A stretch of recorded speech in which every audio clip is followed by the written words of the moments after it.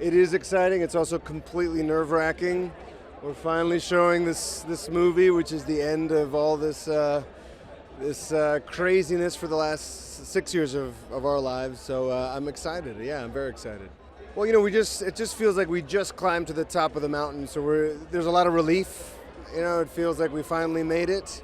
And I'm sure, in the next few days, I'll start feeling a little melancholic over the whole thing. But I'm so excited that we're finally sharing the movie with everyone.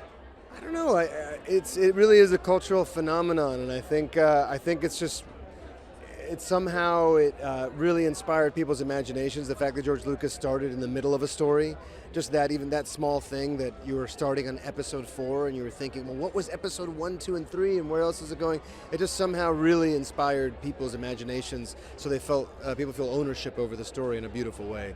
So I think that's something that's great, and I hope that this movie also leaves people with that feeling as well.